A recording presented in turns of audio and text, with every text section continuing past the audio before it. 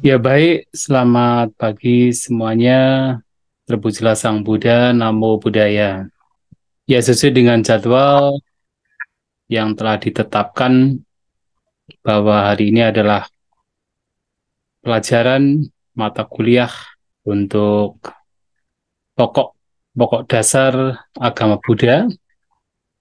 Ya para wuso yang saya hormati, bahwasanya kalau kita bicara tentang ajaran Buddha yang prinsipil atau yang paling inti, itu tidak bisa dipisahkan dari sejarah agama Buddha, artinya sejarah kehidupan Sang Buddha sendiri. Karena untuk memahami apa yang menjadi inti ajaran Sang Buddha, itu kita harus memahami pula perjalanan hidup dari Sang Buddha itu sendiri. Ya, seperti yang kita ketahui bahwasanya Sang Buddha sebelum belum mencapai kebudayaan, beliau adalah seorang pangeran yang berasal dari Kapilawastu, hidup dengan segala kemewahannya, bahkan ketika masih sebagai pangeran, nah, ia juga dibangunkan 3 istana yang mana menyesuaikan dengan kondisi terutama adalah iklim atau musim yang ada di India. Ada musim dingin, musim panas, dan juga musim hujan. Yang mana karena sebagai seorang pangeran dengan kemewahannya, ayahandanya Raja Sudodana membangunkan sang pangeran yang kita kenal sebagai Siddhartha Gautama, 3 istana yang digunakan untuk musim musim yang berbeda, musim dingin, musim hujan, dan juga musim panas. Dan kemudian pada saat dia berumur 16 tahun, ia menikah dengan seorang wanita, seorang gadis yang dikatakan paling cantik di wilayah tersebut, yaitu Yasodhara. Tapi kemudian walaupun ia seorang pangeran yang hidup dengan segala bentuk kemewahan, boleh dikatakan Pangeran Siddhartha ini mempunyai sensitivitas yang kuat terhadap lingkungan sekitar. Sehingga ketika suatu saat ia berjalan keluar untuk melihat rakyat yang nanti sekiranya akan dipimpin oleh beliau, ia melihat ada seorang yang sudah tua. Ia tidak terpikir sebelumnya bahwa manusia itu akan mengalami ketuaan. Tapi kemudian ia melihat sendiri bahwa manusia itu ternyata suatu saat cepat atau lambat pasti mengalami ketuaan. Tidak hanya dirinya, tetapi juga seluruh keluarganya, ayahandanya, kerabatnya, semua akan mengalami ketuaan. Ia terpikir bagaimana bisa mengatasi penderitaan yang muncul karena ketuaan. Ia pulang, bertanya kepada ayahandanya untuk mendapatkan solusi apa yang bisa dilakukan untuk bisa mengatasi ketuaan, tetapi ayahnya tentu mengatakan tidak bisa, karena semua orang pasti mengalami ketuaan. Ia terpikir sebenarnya untuk meninggalkan kehidupan berumah tangga, karena itulah yang tampaknya sebagai satu-satu caranya untuk bisa mengatasi ketuaan. Kemudian pada suatu perjalanan selanjutnya keluar dari istana, ia juga bertemu dengan seorang yang sakit, yang mana ia pun juga tidak terpikir sebelumnya, ternyata manusia itu juga mengalami sakit. Barangkali karena ia adalah seorang pangeran dengan segala ya kemewahannya, segala pokoknya apapun yang diinginkan itu ada, tampaknya mungkin tidak pernah mengalami sakit. Sehingga ketika melihat orang yang sakit, ia pun kemudian berpikir bagaimana bisa mengatasi tidak hanya usia tua tetapi juga sakit. Kembali bertanya kepada orang tuanya, kepada ayahandanya terutama, tetapi tidak ditemukan jawaban bagaimana untuk mengatasi sakit. Kemudian suatu kali ketika melakukan perjalanan kembali keluar istana, ia bertemu dengan seorang yang mati, meninggal. Ia pun juga begitu terkejut bahwasanya ternyata semua orang, termasuk dirinya, keluarganya, dan siapapun, pasti akan mengalami kematian cepat atau lambat. Kekuatan untuk mencari solusi, mencari jalan agar bisa terbebas dari usia tua, sakit, dan kematian semakin kuat. Bertanya kepada orang tuanya, tetapi terutama pada waktu itu yang masih ada adalah ayahandanya, Raja Sudodana, tetapi tidak bisa menjawab.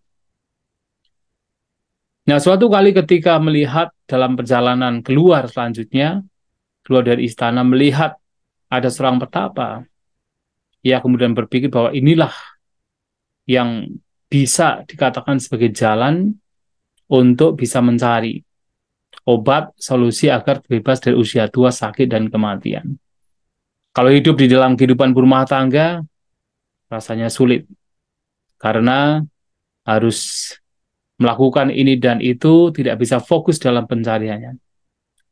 Maka kemudian ia kembali memutuskan untuk meninggalkan kehidupan berumah tangga, tetapi orang tuanya tetap, ayahandanya tetap tidak mengizinkan. Nah, ia melihat bahwasanya dalam proses perjalanan melihat usia tua, sakit, dan kematian, Pangeran Siddhartha ini sudah melihat bahwa ternyata hidup adalah duka, hidup adalah penderitaan. Dan kemudian ketika suatu saat anak pertama lahir, memang beliau hanya memiliki satu anak, ia kemudian memutuskan di malam itu juga tanpa memberitahu istrinya atau pamit dengan orang tuanya, ia keluar istana. Begitu tergugah untuk bisa terbebas dari usia tua, sakit, dan kematian, dan mencari jalan agar tidak hanya dirinya tetapi semua orang bisa mendapatkan solusi, mendapatkan jalan, mendapatkan cara untuk bisa terbebas dari usia tua, sakit, dan kematian. Atau dengan kata lain untuk terbebas dari duka, penderitaan.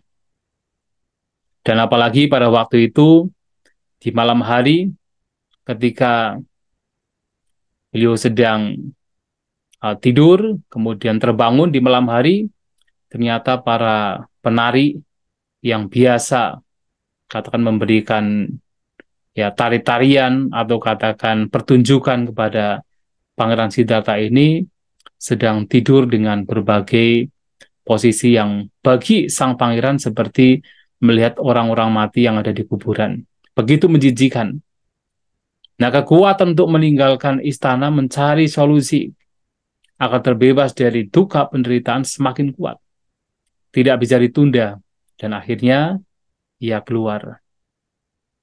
Meminta kusirnya bernama Chana dan juga kuda kesayangannya untuk membawa sang pangeran keluar istana. Dan akhirnya menjadi seorang petapa. Dan dikenal sebagai Petapa Gotama. Dalam perjalanan untuk mencari kebenaran yang seringkali disebut sebagai King Kusala Gawesi, mencari apa yang baik, yang itu adalah mencari cara, mencari jalan untuk terbebas dari duka, dari penderitaan, utamanya usia tua, sakit, dan kematian. Karena itulah yang pada waktu itu sang pangeran pahami bahwa duka penderitaan adalah usia tua, sakit, dan kematian. Nah, dalam perjalanan mencari solusi itu, beliau bertemu sebagai seorang petapa, beliau bertemu dengan dua guru meditasi. Yang pertama adalah bertemu dengan seorang guru meditasi bernama Alara Kalama. Nah, ia adalah seorang guru meditasi yang sangat handal karena ia telah mencapai satu tingkat konsentrasi yang begitu tinggi yang disebut sebagai akincanayatana atau landasan kekosongan. Nah, dari Alara Kalama ini Pertapagotama belajar tingkat konsentrasi akincanayatana, landasan kekosongan. Itu adalah tingkat konsentrasi yang sudah bukan rupa jana lagi, atau konsentrasi berupa yang masih ada objeknya rupa atau materi, tapi adalah konsentrasi yang disebut arupa jana, atau konsentrasi tinggi yang objeknya sudah arupa atau bukan materi lagi, dan adalah akincanayatana, yang itu adalah tertinggi sebelum yang terakhir, yaitu newa sanya nasanya yatana. Nah, karena Pertapagotama ini mempunyai satu kecerdasan atau kematangan pikiran yang begitu luar biasa, begitu diajari tentang jalan untuk membawa landasan kekosongan atau akincanayatana, dengan segera beliau bisa mencapainya. Tetapi setelah mencapai, beliau berpikir dan melihat bahwa ternyata akincanayatana ini yang ia capai, yang beliau capai, itu bukan apa yang beliau cari. Walaupun seseorang itu mendapatkan konsentrasi tinggi seperti itu, namun itu bukan cara untuk terbebas dari duka, terbebas dari penderitaan. Dan itu bukan sebagai pencapaian tertinggi, yang sebagai jalan untuk membebaskan dari usia tua, sakit, dan kematian.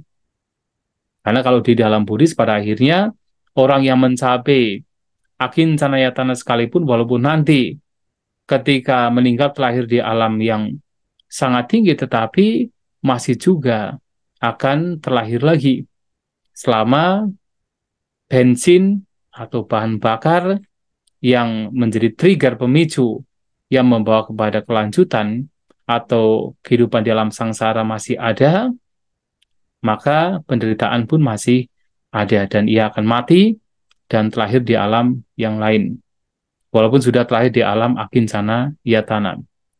Nah, kemudian Pertapagotama akhirnya meninggalkan Alara Kalama, walaupun pada waktu itu sudah diminta oleh Alara Kalama untuk bersama-sama mengajar para siswanya agar mereka juga bisa merasakan, mengalami, yaitu landasan kekosongan. Namun tentu Pertapagotama melihat karena itu bukan sebagai jalan yang membawa kepada pembebasan, maka beliau meninggalkan Alara Kalama dan juga para siswanya dan mencari cara lain. Ada tidak cara lain? Nah, pada waktu itu ia kemudian bertemu dengan Udaka Ramaputa, Udaka putra si Rama, yang adalah juga murid dari seorang pertapa bernama Rama, yang mengajarkan satu tingkat konsentrasi yang sangat tinggi. Bahkan di dalam tataran meditasi ketenangan adalah yang tertinggi, yaitu Newa Sanyana Sanyayatana. Landasan bukan persepsi dan bukan tanpa persepsi. Dan belajar dari Udaka yang sebenarnya pada waktu itu bukan gurunya, tetapi adalah sesama teman atau sahabat dalam kehidupan selibat sebagai seorang pertapa yang bersama-sama sebenarnya berguru dengan ajaran Rama. Tidak disebutkan apakah guru Rama ini sudah meninggal atau masih hidup, tetapi Udaka Ramaputa adalah juga muridnya sebenarnya. Nah, bersama-sama dengan Udaka Ramaputa belajar. Dan ketika ajaran diberikan, karena tingkat kematangan batin dari Pertapagotama, maka beliau dengan segera juga mencapai Newa Sanya Nasanya Yatana, landasan bukan persepsi dan bukan tanpa persepsi. Tetapi kemudian beliau pun juga melihat ternyata landasan ini yang sudah begitu tinggi, yang adalah tingkat konsentrasi yang paling tinggi dalam samatha bhavana, dalam meditasi ketenangan, itu pun juga bukan sebagai solusi atau bukan sebagai pencapaian itu sendiri yang terbebas dari usia tua, sakit, dan kematian.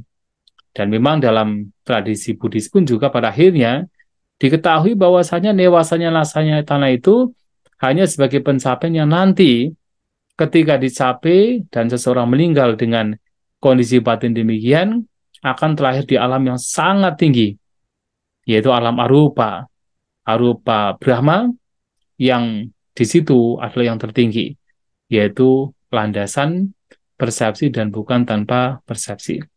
Namun demikian selama kotoran batin masih ada, nah, walaupun itu halus sekali, itu akan menjadi trigger, yang mana ketika seseorang habis buah karmanya di alam newasanya nasanya tanah, ia pun juga terlahir di alam yang lain.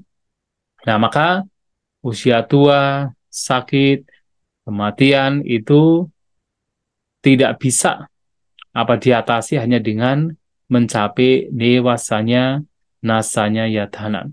Nah, akhirnya beliau juga meninggalkan Uddakaramaputra dan para siswanya. Walaupun pada waktu itu Uddakaramaputra itu meminta kepada Pertapa Gautama untuk menjadi gurunya. Jadi terhadap Alaraka Lama diminta untuk bersama-sama mengajarkan para siswa.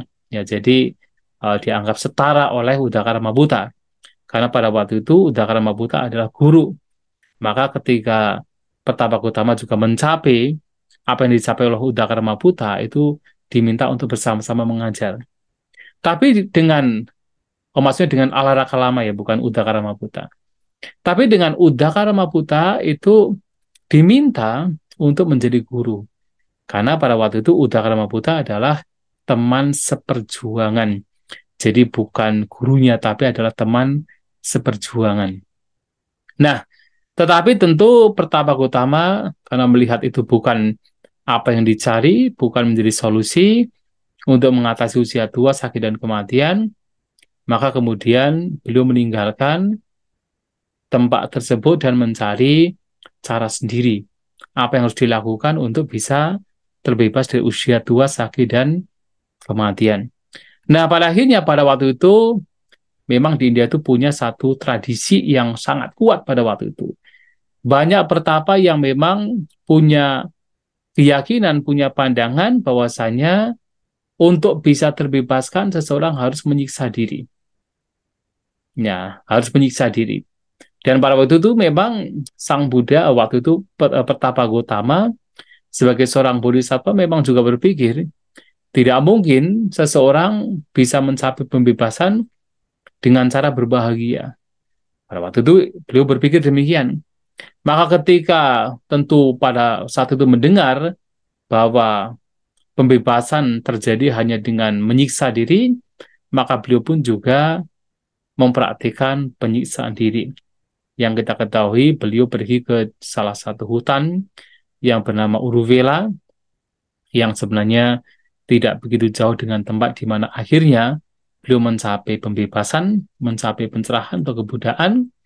Nah, di Uruvela ini ditemani dengan 5 pertapa lainnya, yang adalah yang akhirnya menjadi siswa pertama Sang Buddha, yang dikenal sebagai Pancawagya Bhikkhu, yaitu waktu itu adalah petapa Gondanya, Mahanama, Asaji, Wapa, dan Badia. Nah, pada waktu itu bersama-sama di hutan Uruvela, terutama adalah petapa Gautama, mempraktikkan penyiksaan diri. Nah, jadi kalau 5 pertapa hanya menunggu untuk katakan ya memberikan persiapan-persiapan yang dibutuhkan oleh petapa Gautama dalam praktek penyiksaan diri. Maka petapa Gautama mempraktikkan penyiksaan diri selama dikatakan dalam kitab Ulasan adalah 6 tahun. Dan berbagai praktek penyiksaan diri itu dilakukan. Bahkan dikatakan itu jauh lebih ekstrim, jauh lebih katakan intens daripada praktek penyiksaan diri yang dilakukan oleh para pertapa lain. Jadi diawali dengan mengurangi makanan, kemudian dari mengurangi sampai sampai 1 gumpalan setiap hari, sampai satu satu apa satu eh, kayak kernel atau satu beras saja untuk dimakan. Bahkan sampai kemudian mempraktikkan penyiksaan diri dengan tidak bernafas. Awalnya tidak bernafas dari hidung dan mulut, tetapi kemudian udara keluar dari telinga. Telinga ditutup, nah itulah kemudian memunculkan berbagai macam sakit yang begitu intens. Berbagai penyiksaan diri telah beliau lakukan selama 6 tahun, sampai beliau menjadi sangat kurus kering. Dan karena terlalu kurusnya, sampai kemudian ketika mau memegang perut, yang ke belakang adalah tulang punggung belakang. Ketika mau memegang tulang punggung belakang, yang terpegang adalah perut. Betapa kurusnya beliau. Pada waktu itu sebenarnya para dewa sudah datang untuk menawarkan diri, memberikan nutrisi kedewaan yang bisa dimasukkan melalui pori-pori tubuh sang Buddha, tubuh Bodhisattva maksudnya. Nah, tetapi Bodhisattva atau Petapa Gautama tidak mau. Karena kalau misalnya mau ya sama saja bohong. Pura-pura menyiksa diri tetapi sebenarnya mendapatkan nutrisi kedewaan yang belum bisa mempertahankan diri. Maka beliau tidak mau untuk diberi nutrisi kedewaan. Nah, maka kemudian beliau mempraktikkan penyiksaan diri berlanjut sampai 6 tahun. Tapi suatu kali ada sebuah perenungan yang sebenarnya adalah ingatan. Ingatan pada saat beliau masih sebagai seorang pangeran di saat berumur 7 tahun. Pada waktu itu ketika diajak di dalam sebuah upacara menanam bibit, membajak sawah, menanam bibit. Nah, beliau menyendiri di bawah sebuah pohon jambu. Dan di sana, beliau menyendiri melenyapkan 5 rintangan batin dengan melakukan meditasi objek keluar masuknya nafas, dan beliau mencapai jana pertama. Nah, beliau berpikir, apakah ini yang sebenarnya bisa dikatakan sebagai jalan membawa kepada pencerahan? Karena selama ini sekali lagi beliau punya pandangan seperti yang dipegang oleh para petapa lain, banyak petapa lain, bahwa tidak mungkin pembebasan, pencerahan bisa diperoleh dengan cara berbahagia. Maka beliau berpikir, bukankah kebahagiaan yang ini itu bukan muncul karena kesenangan indrawi? Kebahagiaan yang di situ adalah pencapaian jana pertama, itu justru adalah kebahagiaan yang bebas dari kesenangan indrawi. Karena apa? Wiwicewa kamehi, wiwica aku salehi damehi. Justru setelah terbebas dari kesenangan indrawi, terbebas dari bentuk-bentuk pikiran yang tidak bermanfaat, baru kebahagiaan ini muncul. Nah, kemudian berpikir apakah ini yang menjadi jalan mencapai pencerahan. Dan disitulah kemudian penegasan terjadi. Dan beliau berpikir bahwa inilah pastinya jalan yang membawa kepada pencerahan. Pada waktu itu kemudian beliau juga berpikir bahwa kalau ingin kembali mencapai jana yang pernah dicapai ketika berumur 1 tahun ini, itu membutuhkan fisik yang sehat. Dengan fisik yang pada waktu itu beliau sedang sangat kurus kering, bahkan ketika mau buang air kecil saja, buang air besar saja yang sampai itu tidak keluar, atau keluar pun juga sedikit sekali, pun harus tertelungkup, harus jatuh tertelungkup. Bagaimana bisa kemudian membawa batinnya mencapai jana yang pada waktu itu, pada saat masih kecil itu diperoleh. Maka beliau memutuskan untuk mulai berpindah patah di sekitar perkampungan di Uruvela di situ. Nah, pada waktu itulah kemudian 5 petapa berpikir, wah ini Petapa Gautama sudah gagal ini. Dengan kembali mencari makanan, berpindah patah, maka beliau ini sudah gagal. Dikiranya sudah kembali kepada yaitu kesenangan indrawi. Maka karena demikian, 5 petapa kemudian pergi meninggalkan Petapa Gautama dan menuju di daerah Varanasi, terutama di sebuah taman disebut Isipatana, Migadaya, tempat di mana di situ banyak sekali yaitu rusa yang dijaga, dipelihara. Nah, akhirnya Petapa Gotama setelah mendapatkan kekuatan fisiknya kembali, kemudian melanjutkan perjalanan. Nah, suatu kali ketika berada di daerah yaitu Senanigama atau kampung Senani yang sebenarnya tidak jauh dari Uruvela, ketika beliau duduk di bawah sebuah pohon, pada waktu itu kebetulan ada seorang pembantu dari seorang wanita yang sangat kaya raya bernama Sujata, yang mana mereka punya kebiasaan tradisi untuk mempersembahkan sesajian di pohon tersebut. Nah, melihat Petapa Gotama duduk di bawah pohon dengan wajah yang begitu tenang, dengan katakan kewibawaan, keagungan bodhisattva, pembantu ini berpikir, wah ini dewa ini yang duduk di bawah pohon ini. Maka ia kemudian pergi pulang kembali ke rumah Sujata, memberitahukan bahwa yang menerima persembahan bukan bukan apa katakan ya hanya sekedar pohon, tetapi dewanya sudah bahkan menerima sendiri. Karena pada waktu itu si pembantu ini sedang membersihkan pohon tersebut untuk nantinya diberi sesajian. Nah, kemudian Sujata begitu gembira kalau dikatakan ada dewa yang sedang menunggu. Maka dia mempersiapkan yaitu persembahan untuk besok paginya kepada Petapa Gotama berupa nasi susu. Nah, jadi semalam suntuk membuat nasi susu yang terbuat dari susu terbaik. Nah, akhirnya esok harinya ia menemui Petapa Gotama mempersembahkan yaitu nasi susu dengan piring emasnya, nampan emasnya, dan kemudian ada sedikit percakapan.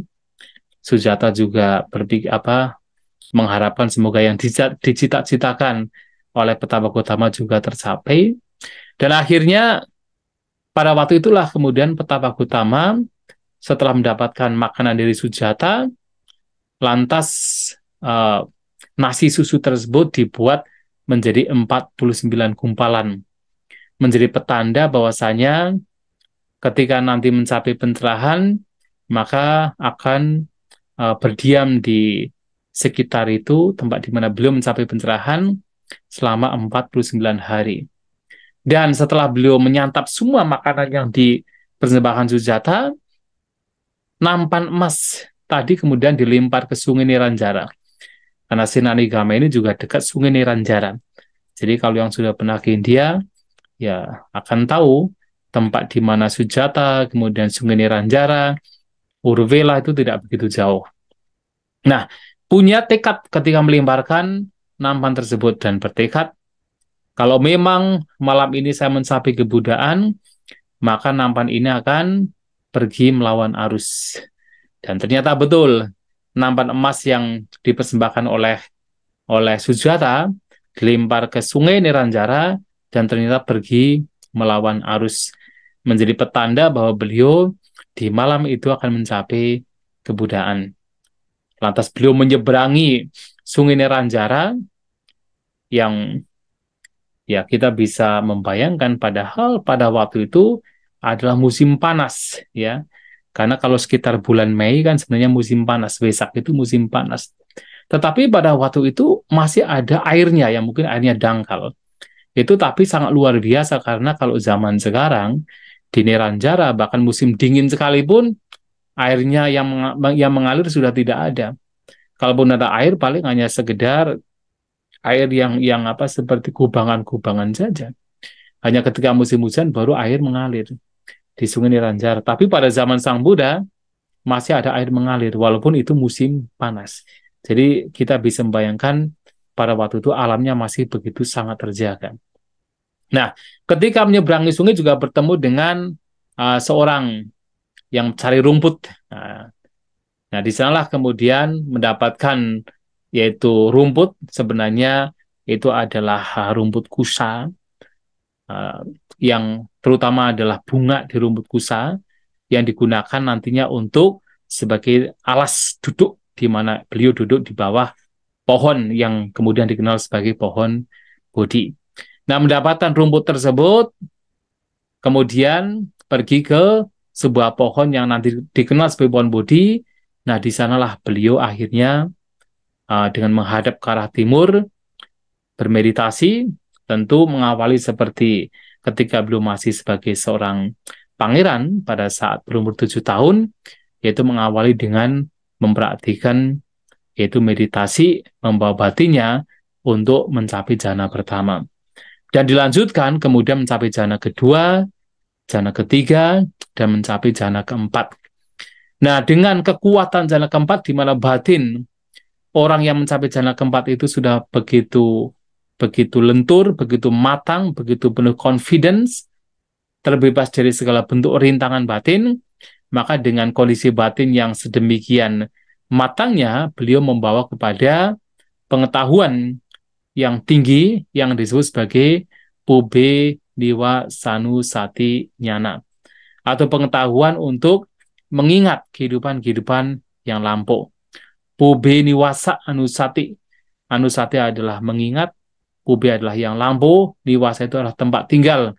Mengingat tempat tinggal yang lampau. Dengan kata lain, mengingat kehidupan-kehidupan yang lampau.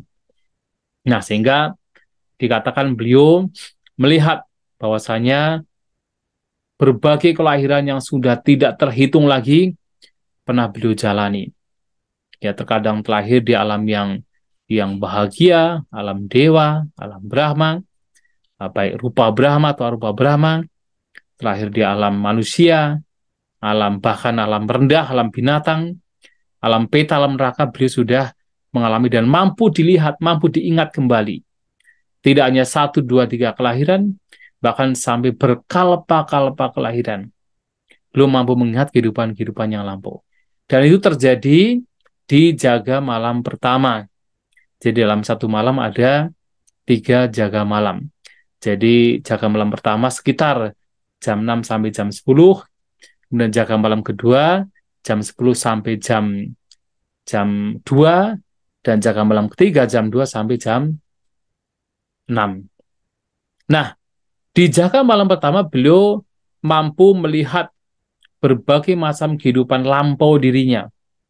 Di mana beliau dilahirkan, bahasanya apa yang dilakukan, makanannya apa, besar kecil tubuhnya bagaimana, beliau bisa melihat kehidupan-kehidupan yang lampau yang tidak terhitung banyaknya. Tapi hanya kehidupan yang lampau, belum tahu apa yang menyebabkan kenapa terkadang terlahir di alam yang menderita, terkadang terlahir di alam bahagia, apa yang menyebabkan beliau belum tahu. Maka kemudian pada jaga malam kedua, sekitar jam 10 sampai jam 2, beliau kemudian membawa batinnya yang begitu kokoh, begitu matang, bebas dari rintangan batin, karena sudah mencapai jana keempat, untuk memunculkan pengetahuan yang disebut sebagai Diba Cakunyana, pengetahuan mata dewa. Dan dengan kekuatan mata dewa belum melihat bahwasanya makhluk-makhluk lahir mati sesuai dengan karmanya masing-masing, sesuai dengan perbuatannya masing-masing. Jadi kalau hanya Pube Niwa Sanusati Nyana nggak bisa lihat. Hanya melihat, oh ada kehidupan-kehidupan yang lampau, oh dulu saya lahir seperti ini, dulu saya lahir seperti ini. Tapi tidak tahu penyebabnya apa. Nah, dengan Diba Cakunyana seseorang tahu. Dan pada waktu itu Bodhisattva tahu. Kenapa ada orang-orang yang terlahir di alam yang tidak membahagiakan, tidak beruntung? Ya karena orang-orang ini adalah orang-orang yang banyak melakukan kejahatan, yang suka mencela dhamma dari para Arya, dari para suciwan. Maka mereka ketika meninggal terlahir di alam-alam yang menderita. Inilah yang kemudian sebenarnya membawa kepada pengetahuan yang luar biasa bagi Sang Buddha tentang hukum karma. Dan juga melihat bagaimana kalau orang-orang ini suka melakukan kebaikan, melakukan hal-hal yang baik, termasuk adalah punya keyakinan, tidak mencela ajaran para Arya atau para suciwan, maka ketika meninggal terlahir lagi di alam yang bahagia, di alam yang menguntungkan, Nah, itulah dicapai oleh bodhisattva pada jaga malam kedua. Tetapi kemudian, walaupun telah mencapai yaitu pengetahuan tentang kehidupan-kehidupan yang lampau, dan ternyata berbagai macam kelahiran yang telah dialami, itu muncul karena sebab-sebab atau kondisi-kondisi perbuatan yang telah dilakukan, tetapi belum terbebaskan, bahkan semakin sadar bahwasanya hidup ini adalah duka penderitaan. Pada awalnya beliau hanya melihat duka penderitaan itu hanya karena manusia mengalami usia tua, mengalami sakit, mengalami kematian. Tetapi belum melihat sendiri bahwasanya lebih dari itu adalah ternyata ada kelahiran-kelahiran yang lampau dan kelahiran-kelahiran yang akan datang, yang mana berbagai macam kelahiran ini yang terus berubah-ubah, itulah duka, itulah penderitaan. Dan belum diketahui apa yang menyebabkan berbagai macam penderitaan karena berbagai kelahiran yang harus dialami. Maka ketika beliau kemudian mencapai kebudayaan, kan beliau salah satu pernyataan yang beliau kumandangkan adalah bahwasanya beliau telah mengalami berbagai macam kelahiran, aneka jati sangsarang, sandawisang, anibisang, bahwa saya telah mengalami mengembara di berbagai macam kelahiran, di alam tumimba lahir, alam sangsara. Anibisang, gaha karang gawe santo. Sementara mencari siapa pembuat rumah, pembuat keberadaan, pembuat kelahiran ini, tetapi tidak ditemukan. Anibisang. Duga jati punak-punang, sungguh bahwa kelahiran yang berulang-ulang itu adalah penderitaan, betul-betul penderitaan. Tapi belum diketahui siapa dan apa yang membuat keberadaan ini, eksistensi ini sebagai makhluk terus mengalami kelahiran dan pada akhirnya mengalami berbagai macam penderitaan. Belum diketahui. Nah, itulah kemudian pada jaga malam ketiga, beliau mencari apa sih yang menyebabkan penderitaan. Dengan batin yang telah begitu berkembang, batin yang telah begitu matang, beliau mencari apa yang menyebabkan duka penderitaan. Nah, disitulah kemudian beliau merenungkan yang sekarang dikenal sebagai Dwadasangga Padijak Samupada. 12 faktor yang kemunculannya bersebab. Yang itu adalah 12 faktor yang membawa kepada duka, membawa kepada penderitaan. Yang kemudian beliau renungkan satu persatu dari mengapa ada berbagai macam penderitaan seperti jarak marana, seperti usia tua, kematian, kesedihan, ratap tangis, penderitaan fisik, penderitaan batin, keputusasaan. Kenapa ini muncul? Maka ditemukan, oh ternyata karena ada kelahiran. Selama ada kelahiran, maka ini semua muncul. Kenapa ada kelahiran? Ditanyakan, direnungkan dengan kekuatan batin beliau, pemahaman beliau, karena ada bawa kemenjadian. Kenapa ada bawa? Karena ada upadana, kemelekatan. Kenapa ada kemelekatan? Karena ada nafsu keinginan atau ketagihan, tanha. Kenapa ada tanha? Karena ada perasaan, widhana. Kenapa ada perasaan? Karena ada basa, kontak, sentuhan. Kenapa ada sentuhan? Ada kontak. Karena ada 6 landasan indera. Salayatana. Kenapa ada salayatana? Karena ada nama dan rupa, batin dan jasmani. Kenapa ada batin dan jasmani? Karena ada kesadaran. Kenapa ada kesadaran? Karena ada sangkara, bentukan-bentukan, perbuatan. Kenapa ada sangkara? Karena ada avijja, ketidaktahuan. Tidak tahu 4 kebenaran mulia.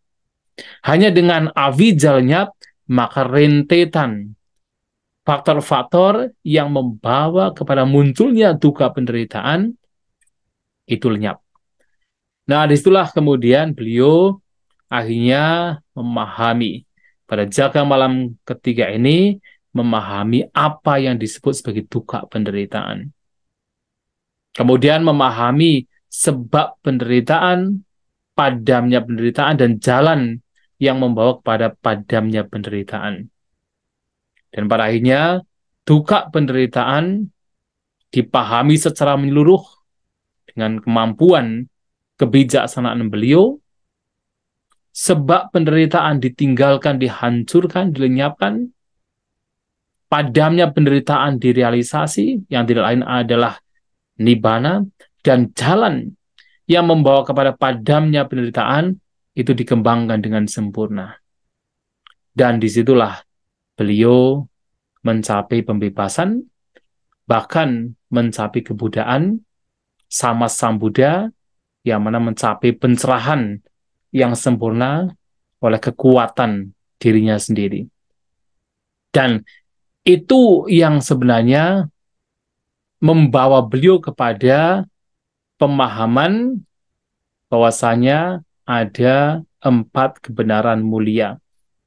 Dan di bawah pohon Bodhi inilah yang sesungguhnya yang beliau capai ini, terutama adalah di jaga malam keempat inilah, yang beliau babarkan selama 45 tahun. Menjadi ajaran yang prinsipil, ajaran yang inti, pokok dasar ajaran beliau yang beliau capai di jaga malam ketiga ini. Yang tidak lain adalah 4 kebenaran mulia, yang tentu di dalamnya ada juga Padijak Samupada, Dwata Sangga Padijak Samupada. Nah, inilah kenapa saya mengatakan di awal, untuk memahami yaitu inti ajaran beliau, kita pun juga harus paham, paling tidak secara singkat, yaitu perjalanan kehidupan Pangeran Siddhartha sampai beliau menjadi seorang petapa dan mencapai kebudaan. Nah, pada saat beliau mencapai kebudaan, seperti yang tadi telah disimbolkan dengan membuat gumpalan, 49 gumpalan yang beliau santap sebelum mencapai kebudaan. Dan ada yang kemudian berpikir dikiranya 49 gumpalan itu yang didapat dari nasi susu yang dipersembahkan oleh Sujata ini dimakan satu-satu, setiap hari satu, setiap hari satu. Tidak. Ya, kalau dimakan satu persatu ya basi lah. Itu dimakan semuanya, kemudian menjadi simbol bahwa beliau akan tinggal selama 49 hari. Nah, selama 49 hari, beliau berada di sekitar pohon Bodhi. Jadi 1 minggu berada di bawah pohon Bodhi, menikmati yaitu pencapaian nibbana beliau, pembebasan beliau.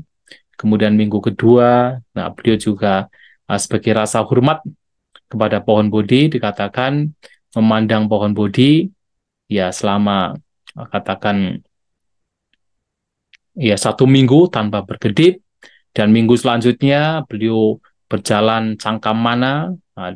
Beliau berada di ya Cangkamana, di sekitar pohon, katakan sekitar pohon Bodhi, tidak jauh di sampingnya pohon Bodhi. Kemudian minggu selanjutnya beliau membangun sebuah istana permata, seperti ya palace, istana permata, yang kemudian di sana merenungkan Abhidhamma. Jadi kalau kita bicara cerita Abhidhamma, ya dikatakan dalam kitab Bulasan adalah di ya terutama di minggu keempat, ya minggu keempat. Kemudian minggu kelima beliau berada di bawah pohon beringin Ajapala untuk di sana bahkan bertemu lagi dengan Mara di sana. Mara meminta Sang Buddha untuk tidak mengajarkan Dhamma. Kemudian minggu selanjutnya berada di bawah pohon Rajayatana. Nah, kalau tidak salah di Mucalinda dulu, ya di Mucalinda, yaitu ya, di sana bertemu dengan seorang Dewa Naga. Kemudian minggu selanjutnya berada di bawah pohon Rajayatana, yang di sanalah kemudian bertemu dengan Tapusa dan Balika dan mendapatkan makanan pertama setelah beliau mencapai kebudaan. Nah, ketika 7 minggu berlalu, beliau merenungkan apakah beliau akan mengajarkan Dhamma atau tidak. Tetapi kemudian beliau berpikir, wah, Dhamma ini yang telah beliau cape ini sangat dalam. Mahayang damo adigato, bahwa dhamma yang telah saya capai, gambiro sangat dalam. Dudaso sulit dilihat. Duranubodo sulit dipahami. Santo sifatnya luhur mendamaikan. Panito sifatnya agung. Ataka wacaro tidak bisa dimengerti sekedar karena logika, hanya dengan logika. Jadi walaupun kita sering berbicara, ajaran Buddha itu masuk akal, ajaran Buddha itu masuk logika, tapi logika itu bukan final. Memang kita harus punya logika, tapi itu bukan final, karena hanya dengan berlogika, ajaran terdalam Sang Buddha tidak bisa dipahami. Maka ataka wacaro tidak bisa dipahami dengan logika. Nipuno sangat halus, sifatnya halus sekali. Dan pandita wedaniyo, hanya mereka yang para bijaksana bisa memahami, bisa mengalami, bisa merealisasi. Sementara alaya rama ko panayang paja, alaya rata, alaya samudita. Sementara generasi sekarang, makhluk-makhluk sekarang, manusia sekarang, itu selalu bergembira, bersenang, dan berbahagia di dalam alaya. Adalah keberadaan. Walaupun dalam kitab ulasan dikatakan tanha. Bergembira di dalam nafsu keinginan. Dan alaya ramaya, kopajaya, alaya rataya, alaya samuditaya, dudazo yadidang idak pacayata padijak samubadu. Dan orang-orang yang bergembira, bersenang, berbahagia di dalam kesenangan atau nafsu keinginan, itu sangat sulit untuk melihat sebuah ajaran yang tidak lain adalah idak pacayata padijak samupada. Jadi padijak samupada tidak bisa dilihat. Dan juga tidak bisa atau sulit untuk melihat ajaran yang juga begitu dalam, yaitu hancurnya tanha. Ya, jadi juga disebut sebagai nibbana, itu juga sulit dilihat. Nah, karena melihat kedalaman ajaran beliau yang telah beliau capai, jadi pencapaian telah beliau capai, maka beliau awalnya tidak berniat untuk mengajarkan dhamma. Jadi batinnya itu menjadi lerem kalau orang Jawa bilang. Yang tadinya mungkin ada niat, tapi sekarang menjadi lerem. Lerem artinya menjadi ya dalam kondisi pasuvihara, dalam kondisi bahagia tenang. Tidak ada keinginan untuk mengajarkan dhamma.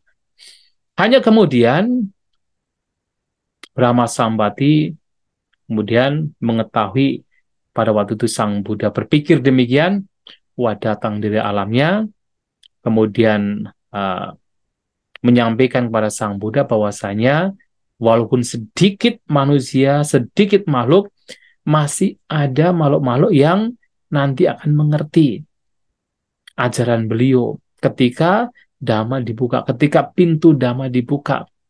Karena makhluk-makhluk ini memiliki sedikit debu, memiliki sedikit kotoran batin, dan ketika pintu Dhamma ini dibuka oleh Sang Buddha, mereka pun juga bisa memahami apa yang disampaikan oleh Sang Buddha. Nah, itulah kemudian Sang Buddha juga melihat melalui batinnya apakah benar ada makhluk-makhluk yang bisa memahami ajaran beliau. Dan ternyata beliau juga melihat dengan kekuatan batin beliau, memang walaupun sedikit, ada makhluk-makhluk yang akan mengerti ajaran beliau. Nah, itulah akhirnya beliau berpikir siapakah yang paling pantas, yang paling layak untuk mendengarkan dhamma beliau. Maka terpikirlah pada waktu itu, yaitu Alaraka Lama. Karena Alaraka Lama ini, walaupun dari pertapa lain, batinnya sudah begitu matang. Karena telah mencapai tingkatan konsentrasi yang begitu tinggi. Akincana Yatana. Tetapi kemudian diberitahu oleh dewa, termasuk beliau juga tahu dengan kekuatan batin beliau, bahwa Alaraka Lama ini sudah meninggal. Bahkan terlahir di alam arupa Brahma, yang tidak memungkinkan bahkan Sang Buddha untuk mengajarkan dhamma. Maka mengurungkan niatnya, Sang Buddha memikirkan lagi, merenungkan lagi, siapa yang layak, yang patut untuk bisa mengerti Dhamma. Maka terpikirlah Udakaramaputa. Tapi Udakaramaputa juga sama. Sudah meninggal dan terlahir di alam, bahkan alam tumbal lahir yang tertinggi, yaitu di Newa Sanya Nasanya Yatanam. Lantas siapa lagi? Wah, ingatlah, yaitu 5 pertapa yang meninggalkan beliau ketika berada di hutan Uruvela. Nah, mereka juga adalah orang-orang yang batinnya itu sudah matang sekali. Ya, walaupun waktu itu meninggalkan Pertapa Gautama, itu mereka itu adalah seorang pencari kebenaran. Mereka adalah seorang pencari, yaitu bagaimana bisa mengatasi duka penderitaan. Nah, maka Sang Buddha memutuskan untuk menemui Pancawagya ini, 5 pertapa ini, untuk memberitahukan bahwa beliau telah mencapai apa yang selama ini dicari, yaitu cara, solusi untuk bisa membebaskan dari duka penderitaan. Dan bahkan beliau telah merealisasi sendiri dan sendiri telah terbebaskan dari jeratan sangsara, tumimba lahir, ya penderitaan. Nah, akhirnya melakukan perjalanan ke sana, dikatakan di tengah perjalanan bertemu dengan yaitu seorang seorang pertapa, seorang pengembara yang melihat keagungan Sang Buddha, kemudian bertanya bahwasanya siapakah guru dari Pertapa Gautama. Sang Buddha menyampaikan, saya tidak punya guru, saya seorang Buddha. Tapi karena pada waktu itu orang berpikir bahwa setiap orang yang mencapai pencerahan pasti ada guru, nah Pertapa ini kemudian menggeleng-gelengkan kepala, tidak percaya, nggak mungkin dalam batinnya. Meninggalkan ya Sang Buddha, kemudian Sang Buddha melanjutkan perjalanan sampailah ke Isi Patana di daerah Varanasi atau Baranasi. Nah, di sanalah kemudian bertemu dengan 5 pertapa yang berada di Isi Patana, di tempat ya di sana banyak rusa yang berdiam di sana. Nah, awalnya 5 pertapa ini tidak ingin menyambut. Karena apa? Mereka berpikir, wah ini Pertapa Gautama ini sudah kembali dalam kehidupan bersenang-senang. Untuk apa kita sambut? Nah, kalau memang mau duduk, silakan duduk. Itu ada tempat duduk yang tersisa. Kalau mau duduk, silakan duduk. Nah, dari jauh sudah kelihatan demikian, mereka melakukan perjanjian satu sama lain. Tapi kemudian setelah Pertapa Gautama mendekat, mereka tidak tahan. Barangkali karena melihat keagungan Pertapa Gautama yang begitu luar biasa, apalagi sebagai seorang Buddha, melihat bagaimana Pertapa Gautama sudah sangat berbeda, maka mereka tidak tahan untuk menyambutnya. Ada yang kemudian mempersiapkan tempat duduk, ada yang mempersiapkan tempat untuk membasuh kaki, cuci tangan. Nah, demikian disambut, tapi tetap awalnya mereka tidak percaya ketika Sang Buddha mengatakan bahwa penderitaan atau solusi untuk bebas dari penderitaan itu sudah dicapai, sudah ditemukan dan sudah dicapai. Mereka awalnya tidak percaya, karena apa? Sekali lagi, mereka berpikir bahwa Pertapa Gautama sudah kembali pada kesenangan indrawi. Nah, akhirnya Sang Buddha mengatakan kepada mereka, apakah selama ini saya pernah berbohong kepada kalian? Nah, mereka melihat bahwa Sang Buddha tidak pernah berbohong. Dan sekarang pun juga tidak berbohong pada kalian. Bahwa jalan yang membawa kepada duka, membawa kepada lenyapnya duka penderitaan, itu sudah ditemukan, bahkan sudah dicapai. Dan itu bukan sebuah kebohongan. Nah, boleh kemudian mereka yakin apa yang disampaikan oleh Sang Buddha dan mulai mendengarkan Dhamma. Nah, tetapi kalau kita perhatikan, ya Dhamma yang diberikan Sang Buddha ini juga tidak langsung kepada ajaran inti beliau. Jadi sekali lagi, kenapa di sini disebut seringkali dikatakan sebagai Dhamma Cakkappavattana Sutta atau khotbah pemutaran roda Dhamma, dan seringkali disebut sebagai katakan Dhamma pertama beliau. Bukankah sebelum beliau bertemu dengan Pancawagya juga pernah berbincang-bincang kepada yaitu Brahmana yang dua-dua pedagang, Tabusa dan Balika, kemudian pernah berbincang-bincang dengan para Brahmana yang datang ketika beliau berada di sekitar pohon Bodhi, kemudian juga terhadap naga Mucalinda. Tapi kenapa dikatakan di sini sebagai khotbah pertama? Karena disinilah Sang Buddha mengajarkan inti ajaran beliau. Dalam Dhamma Cakkappavattana Sutta ini, Sang Buddha mengajarkan ajaran yang paling pokok, ajaran yang paling prinsipil, ajaran yang paling inti beliau, yang tidak lain adalah 4 kebenaran mulia. Yang ini nanti akan kita bahas tentang 4 kebenaran mulia. Nah, tapi sebelum beliau mengajarkan ajaran yang paling prinsipil, yang paling pokok ini, beliau tidak kemudian katakan meninggalkan cara bagaimana keraguan-raguan dari 5 pertapa ini bisa dihilangkan. Karena mau tidak mau mereka masih punya keraguan-raguan bahwa Sang Buddha ini sudah meninggalkan praktek yang membawa kepada kebudaan atau membawa kepada pencerahan, malahan kembali kepada kesenangan indrawi. Maka Sang Buddha kemudian menyampaikan bahwa ada 2 praktik yang ekstrim yang tidak layak, tidak patut untuk dipraktikkan oleh para pertapa, oleh pabajita. Yang pertama adalah kamesu kamasu kalikanu yoga. Yang kedua adalah atakila matanu yoga. Ya, kamesu kamasu kalikanu yoga adalah praktik mengejar kesenangan indrawi. Yang mana di sini beliau Sang Buddha menyampaikan bahwa praktek ini adalah praktek yang hina, rendah, hino. Kemudian praktek yang sebenarnya gamo, itu adalah kampungan, ya. Kampungan di sini bukan karena tinggal di kampung atau tinggal di kota, tapi kalau orang mempraktikkan hanya untuk mengejar kesenangan indrawi, itu adalah praktik kampungan, gamo. Jadi ya rendah, kampungan. Kemudian juga putu janiko, praktek yang biasa, yang umum, dikata putu jana. Putu jana itu adalah dari kata putu dan jana. Putu adalah banyak, jana itu manusia kebanyakan. Putu janiko adalah praktek yang biasanya dipraktikkan oleh manusia kebanyakan, umum. Karena kalau kita perhatikan, ya kesenangan indrawi itu merupakan praktek yang memang umum. Memang oleh kebanyakan manusia itu memang dicari.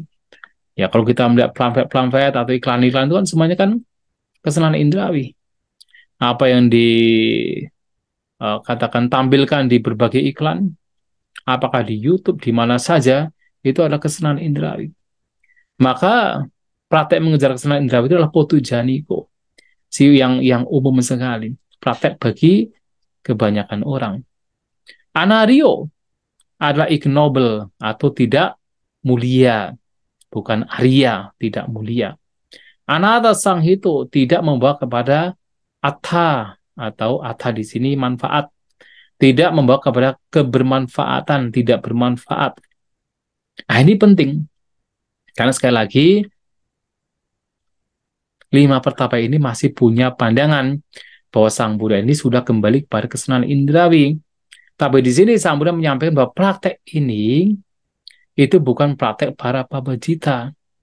Praktek ini adalah praktek yang rendah, yang kampungan, praktek umum, yang tidak mulia, yang tidak membawa kepada manfaat.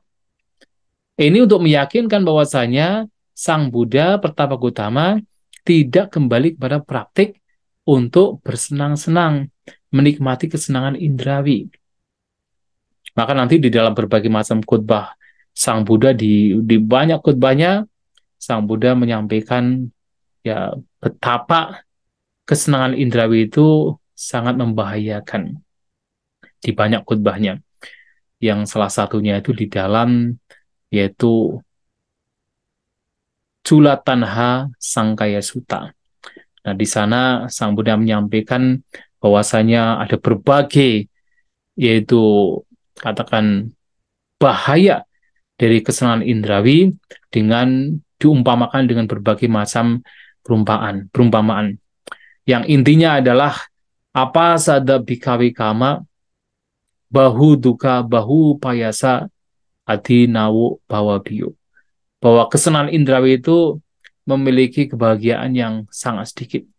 Sementara penderitaan dan keputusasaan yang bisa muncul itu lebih besar. Dan bahkan lebih besar lagi adalah bahaya yang muncul dari kesenangan indrawi. Mengapa? Karena berbagai macam kejahatan itu bisa terjadi karena mengejar kesenangan indrawi.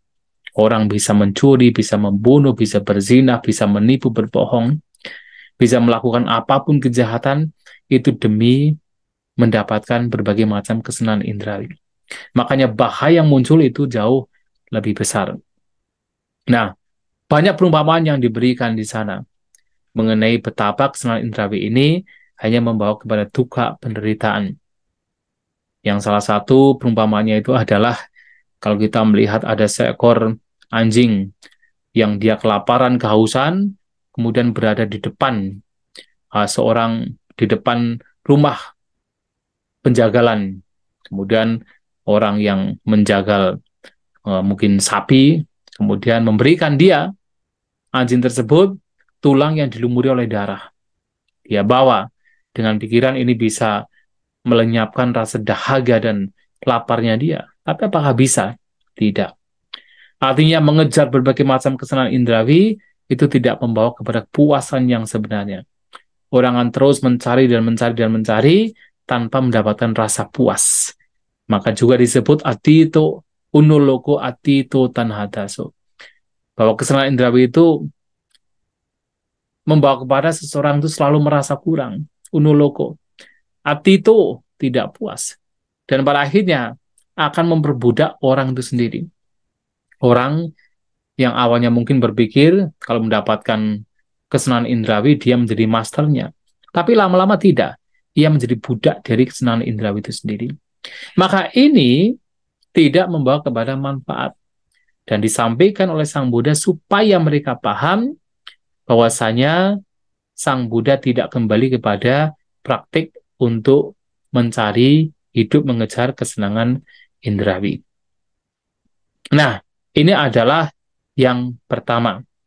Nah, yang kedua adalah Sang Buddha juga menyampaikan ada praktik yang ekstrim yang tidak lain adalah Atta Gila Matan Yoga. Praktek untuk mengejar praktek penyisaan diri. Nah, ini juga penting untuk disampaikan kepada yaitu Pancawagya. Karena mereka masih berpikir bahwa satu-satunya cara jalan untuk membawa kepada pembebasan adalah dengan menyiksa diri. Maka ketika Sang Buddha itu meninggalkan praktek penyisaan diri sebagai seorang bodhisattva, mereka berpikir bahwa Pertapa Gautama ini sudah gagal. Gagal dalam upaya untuk mencari solusi agar terbebas dari duka penderitaan. Tapi Sang Buddha menyampaikan bahwa ini pun juga bukan sebagai cara. Kenapa? Ini hanya membawa kepada duko, anaryo, anata sanghito. Hanya membawa kepada duka penderitaan, tidak mulia, dan tidak membawa kepada manfaat.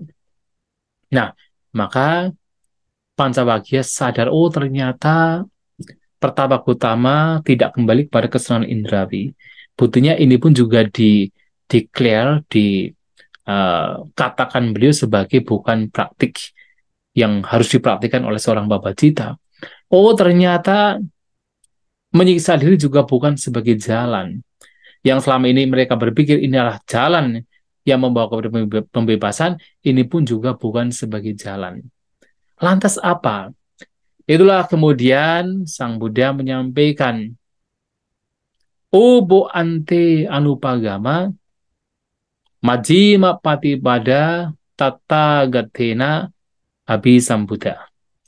Nah, setelah meninggalkan dua praktik yang ekstrim inilah, maka beliau merealisasi, Sang Tathagata merealisasi, ada jalan tengah. Jalan tengah yang itulah menjadi solusi, menjadi cara untuk bisa terbebaskan. Nah, jalan tengah ini tidak lain adalah Arya Adanggika Magga. jalan mulia yang berunsur 8. Yang di sana ada Samadhi, Sama Sangkapa, Sama Waca, Sama Kamanta, Sama Ajiwa, Sama Wayama, Sama Sati, dan Sama Samadhi. Jalan mulia berunsur 8 inilah yang menjadi jalan tengah yang meninggalkan dua praktik yang ekstrim tadi, yang tidak bermanfaat, yang tidak mulia, yang tidak membawa kepada pembebasan.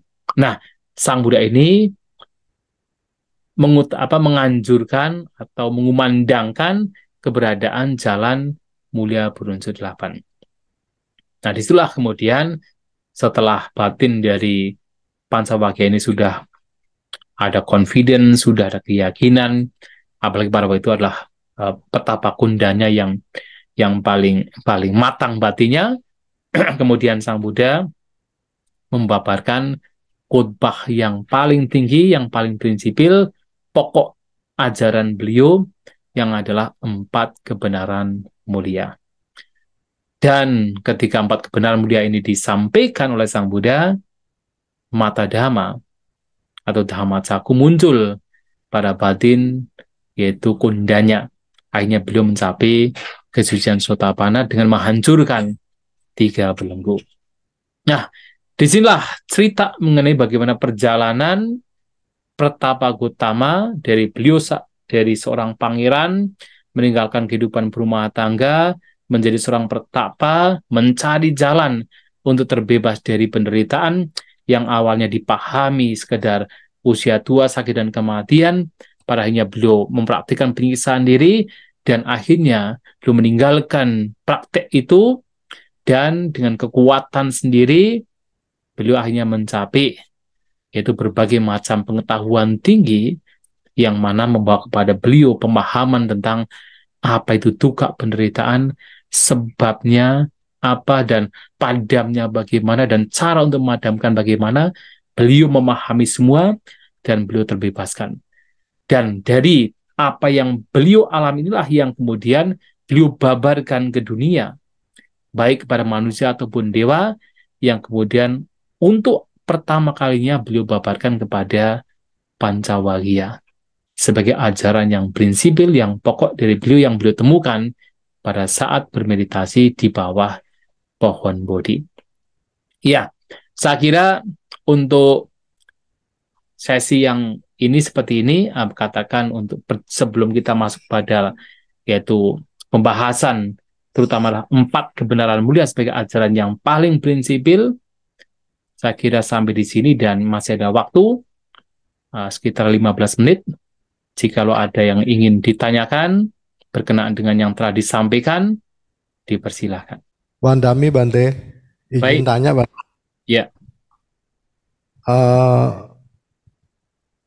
Waktu Pertapa Siddhartha belajar dengan Alarama Kalama mengenai Acinnayatana atau kekosongan sama Udakarama Putra, itu kan dalam arupa jana Bante. Nah, dia menganggap hal itu bukan suatu hal yang dicari, dan dia teringat pada saat kecil, pada saat dia mencapai jana pertama di bawah pohon jambu. Yang saya mau tanyakan Bante, kenapa yang dikembangkan yang di pohon pada saat jana di arupa jana Bante, bukan di yang dikembangkan di rupa jana, bukan di arupa jana. Sedangkan arupa jana kan lebih tinggi gitu Bante. Iya. Iya, yang juga namanya ingatan kan bisa tidak harus yang tinggi-tinggi yang diingatkan. Yang lebih rendah pun juga bisa diingat. Dan bahkan ternyata ketika beliau mencapai kebudayaan, beliau juga tidak kemudian membawa batinnya sampai ke arupa jana. Hanya berhenti kepada rupa jana keempat. Tidak sampai masuk ke dalam akasan canayatana, winyanan canayatana, akin canayatana, ataupun dewasanya nasanya tanah. Bahkan sudah cukup hanya sampai rupa jana. Apalagi pada waktu itu yang beliau ingat pun juga sebenarnya lebih mengacu kepada kesenangan indrawi. Karena pada waktu itu kan beliau berpikir bahwa tidak mungkin orang bisa mencapai pembebasan dengan cara bahagia. Nah, bahagia di sini sebenarnya mengacu pada bahagia karena kesenangan indrawi. Sementara yang paling dekat dengan kesenangan indrawi, dengan kata lain, paling dekat dengan terbebasnya batin dari berbagai macam kesenangan indrawi adalah jana pertama. Nah, itulah kemudian yang memungkinkan menjadi trigger beliau, pemicu beliau untuk langsung mengingat kembali kepada satu kondisi batin yang betul-betul bebas dari kesenangan indrawi, yaitu pada jana pertama. Ya memang bukan berarti yang jana lainnya tidak terbebas dari kesenangan indrawi, tetapi itu yang paling dekat. Maka kalau dalam definisi di jana pertama kan, yaitu yang tadi saya sampaikan, Wiwi cewa kamehi, wiwica aku salahi damehi. Wiwi cewa kamehi, terasing atau katakan terbebas dari kama, berbagai macam kesenangan indrawi. Jadi berbagai bentuk pikiran, kesenangan, persepsi, kesenangan indrawi itu sudah tidak ada di situ. Nah, sehingga karena yang beliau pikirkan adalah kebahagiaan berkenaan dengan kesenangan indrawi, yang selama ini beliau takutkan, tidak mungkin orang mencapai bebasnya penderitaan karena kebahagiaan, dan itu mengacu pada kebahagiaan dari kesenangan indrawi. Nah, sehingga yang paling dekat dengan bebasnya batin dari kesenangan indrawi adalah jana pertama. Dan itulah yang kemudian beliau pikirkan bahwa jana pertama ini kan bukan bahagia karena kesenangan indrawi, tapi justru karena bebasnya dari kesenangan indrawi. Kenapa saya harus takut? Ada kemungkinan demikian. Walaupun tidak disebutkan di dalam Tipitaka, kitab ulasan, kenapa kok Petama Gautama ingatnya ketika hanya jana pertama, kenapa tidak di jana ke-7 ataupun ke-8 yang itu lebih tinggi, ya itulah tidak ada penjelasan di sana, tetapi logika saya adalah karena yang dipikirkan adalah pada waktu itu ada kesenangan indrawi, dan yang paling dekat dengan bebasnya batin dari kesenangan indrawi adalah jana pertama. Dan ditambah lagi adalah ketika belum mencapai kebudaan, beliau tidak sampai kemudian membawa batinnya sampai ke arupa jana dan cukup di rupa jana. Mengawali dari jana pertama sampai hanya jana keempat. Ketika sudah jana keempat, beliau langsung membawa batinnya, mengarahkan batinnya untuk mencapai berbagai macam pengetahuan tinggi. Yang tadi disebutkan, yaitu 3 pengetahuan tinggi, yaitu Bube Niwasana Satinyana, dibacaku, dan yang terakhir sebenarnya Asawa Kayanyana, hancurnya kotoran batin. Dan ini juga yang sering disebut sebagai Tevija, 3 pengetahuan. Nah, itu jawaban saya pribadi, tetapi tidak ditemukan di dalam kitab komentar ataupun Tipitaka. Itu ya, Wuze ya. Anumbodana Bante. Iya, baik. Wanami Bante izin bertanya. Baik, silakan. Tadi disampaikan bahwa Sang Buddha setelah mencapai penerangan sempurna bisa dilihat dari sosoknya itu yang cemerlang dan segala macam itu, Bante. Apakah itu orang biasa bisa melihat atau hanya orang yang mempunyai spiritual yang tinggi yang bisa melihat? Kalau orang biasa bisa melihat perbedaan antara Buddha dengan yang lain, apakah kalau di zaman sekarang seorang arhat juga bisa terlihat perbedaannya oleh orang biasa? Kalau tidak bisa, apakah bisa dilihat oleh sesama arhat? Itu dulu, Bante, pertanyaannya. Iya, baik. Kalau Sang Bu, ya sebenarnya pencapaian kebudaan atau arahat itu sulit dilihat. Orang biasa tidak bisa melihat hanya dari fisik. Tetapi harus diingat bahwasanya fisik batin itu juga memengaruhi fisik seseorang. Tentu dengan batin seorang Buddha yang begitu bersih, apalagi beliau adalah seorang Wija Carana Sampana, atau yang sudah sempurna di dalam pengetahuan dan tindak tanduk, maka tindak tanduknya ini sudah begitu terkendali. Tidak seperti orang biasa yang masih gerusa-gerusu dan sebagainya. Begitu terkendali. Sehingga dari apa yang terpancar dari katakan batin beliau yang kemudian termanifestasi ke dalam bentuk ucapan dan perbuatan beliau itu membawa kepada katakan ya penampakan bahwa ini adalah orang yang begitu agung, orang yang begitu berwibawa, batinnya atau indera-inderanya terkendali, tenang kelihatannya. Itulah kemudian juga seperti pengembara yang bertemu dengan Sang Buddha juga berpikir sama. Hanya saja ketika mendengar bahwa beliau tidak punya guru, geleng-geleng kepala, jadi tidak percaya. Tetapi sebenarnya dari apa yang terlihat dari luar itu sudah memancarkan keagungan dari Sang Buddha. Walaupun tentu tidak diketahui apakah seseorang mencapai kebudayaan atau tidak diketahui. Namun kalau seorang arahanta memang lebih sulit lagi. Karena seorang arahanta tidak semua, maksudnya arahanta siswa Sang Buddha ya.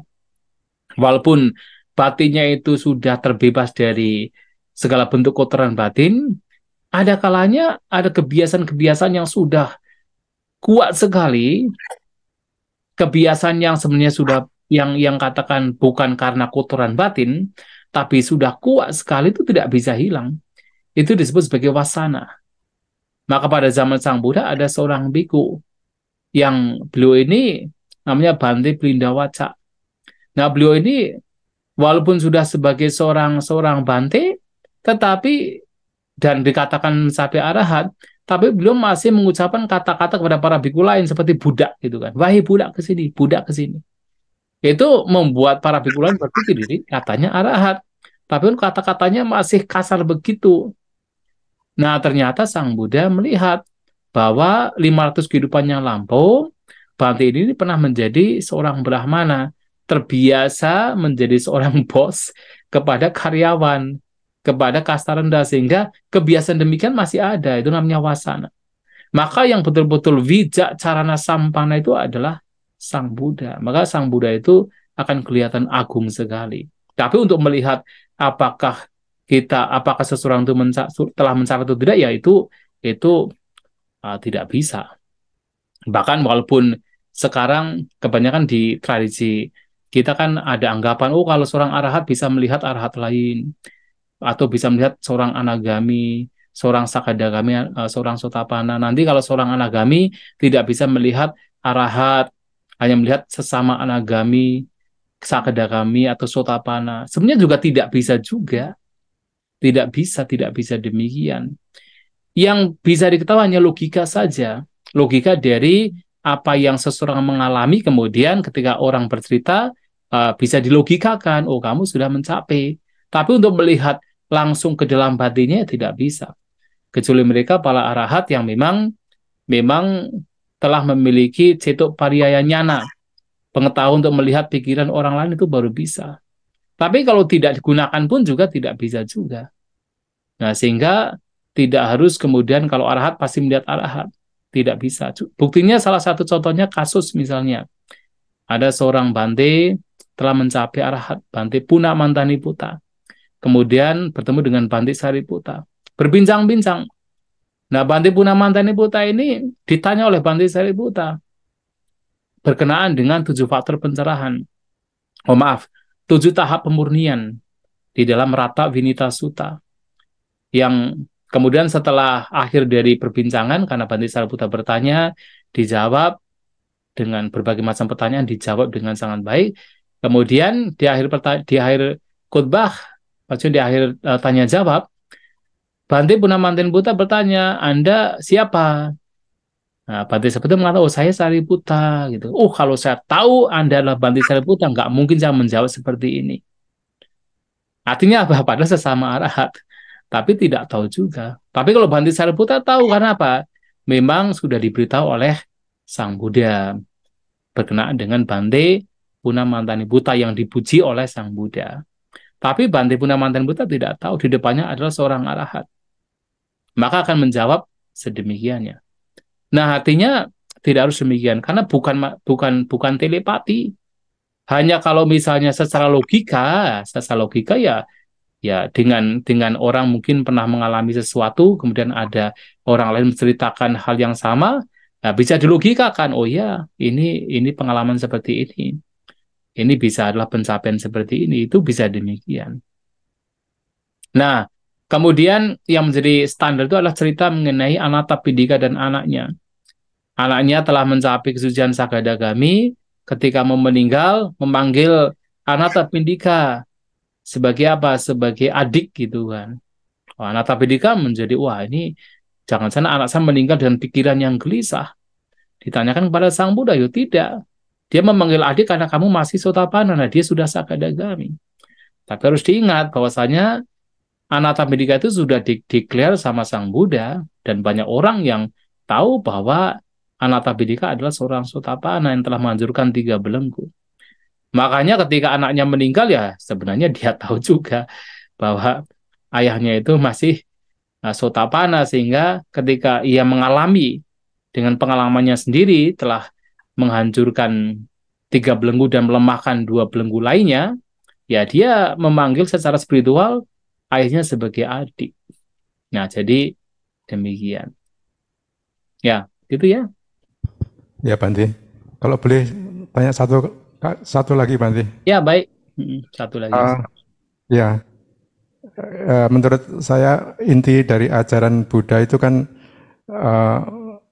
bagaimana kita bisa meditasi dengan baik itu Bante. Apakah ada kan cara-cara meditasi itu ada di sutta kan Bante, cuman kita nyarinya kan susah gitu. Apakah ada suatu buku yang menjelaskan secara singkat teknis meditasi gitu Bante, entah itu dikarang oleh seorang arhat ataupun ditulis oleh siapapun, tapi itu kan menurut saya penting itu supaya kita langsung bisa praktek, tidak harus mencari-cari dari sutta gitu Bante. Terima kasih Bante. Ya. Sebenarnya inti ajaran Sang Buddha itu adalah 4 kebenaran mulia. Apa yang harus kita pahami adalah 4 kebenaran mulia, dan yang dimaksud dengan meditasi itu sendiri adalah bagaimana kita memahami, mengimplementasikan ke dalam kehidupan sehari-hari yang sesuai dengan 4 kebenaran mulia. Terutama adalah bagaimana kita dalam hidup sehari-hari harus sejalan seiring dengan jalan mulia berunsur 8. Itu yang menjadi inti. Yang dengan praktek jalan mulia berunsur 8, itulah pengembangan batin, itulah meditasi. Yang kemudian dari praktek jalan mulia berunsur 8 membawa kepada pemahaman apa itu duka, kemudian membawa kepada lenyapnya sebab duka, membawa kepada padamnya duka, dan semakin itu dipraktekkan semakin berkembang. Dan itu saja. Jadi kita tidak dalam praktek Dhamma ini tidak kemudian terobsesi dengan pemahaman bahwa yang terpenting meditasi seperti orang diam, orang sekedar duduk, mata terpejam, tidak. Tapi lebih bagaimana kita membawa kehidupan kita sehari-hari sesuai dengan jalan mulia berunsur 8. Yang tentu ketika orang bermeditasi pun dengan duduk diam, mata terpejam, itu adalah bagian dari praktek jalan mulia berunsur 8. Orang bermeditasi pun yang orang mungkin kelihatannya diam, mata terpejam, itu adalah untuk apa? Untuk memahami duka, untuk memahami sebab duka, untuk melenyapkan sebab duka, atau dengan kata lain untuk merealisasi lenyapnya duka, dan untuk pengembangan jalan mulia berunsur 8 itu sendiri. Nah, itu yang sebenarnya harus kita pahami. Nah, sedangkan praktek khusus untuk mendapatkan ketenangan itu yang dikenal sebagai samatha, yang itu juga menjadi instrumen di dalam pengembangan atau pemahaman 4 kebenaran mulia. Nanti Awusu bisa membaca dengan detail, yaitu di dalam Visuddhimagga. Ya, di sana ya di Visuddhimagga itu ada cara-caranya, bagaimana cara mengembangkan objek meditasi. Apakah kasina, apakah perenungan, apakah asubha yang membawa kepada ketenangan. Nah, itu adalah di dalam yaitu Visuddhimagga. Nah, kemudian yang membawa kepada pandangan terang itu juga di dalam Visuddhimagga, juga bisa dibaca di sana. Ya begitu ya Wusu ya. Ya. Tetapi semua itu sekali lagi, apapun praktek yang diajarkan Sang Buddha sekali lagi adalah untuk memahami 4 kebenaran mulia.